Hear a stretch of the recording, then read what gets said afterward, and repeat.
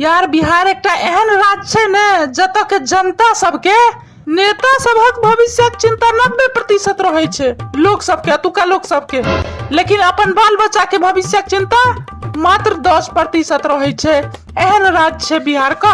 हाँ यार, अतः नेताजी के चिंता बहुत रहे छे लोग सबके कि जीतते कि नहीं जीतते।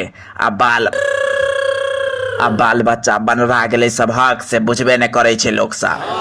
रे अशांत किशोर मुर्दा मतलब जिंदाबाद जिंदाबाद जिंदाबाद। देखियो अहाँ सब एनडीए यूपीए से लोग तपस्वी यादव से लोग नीतीश कुमार तक दुनू आदमी के मौका दो चुकल छियन, तो एक बेर जे छै से हमरो सबके मौका दियो बिहार लूटो के। हमारे कहे के मतलब है बिहार के विकासक लेल हमरो सबके मौका दियो। आज तक अहाँ और ई नेता और के वोट दिली गो, लेकिन ई नेता अहाँ और के की दिलक? चोट। वोट के बदला चोट दिलक ई नेता सब अहाँ और के।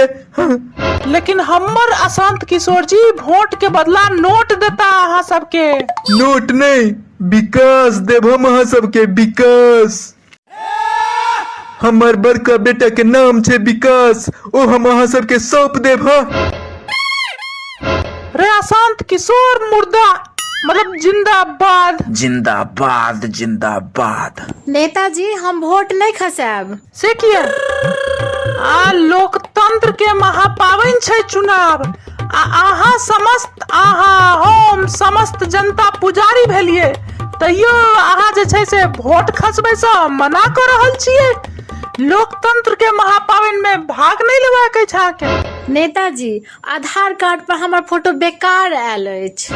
देखियो हर इंसान के अंदर एकटा शैतान छुपल रहे छे जे सिर्फ आधार कार्ड के फोटो पर दिखाई छे।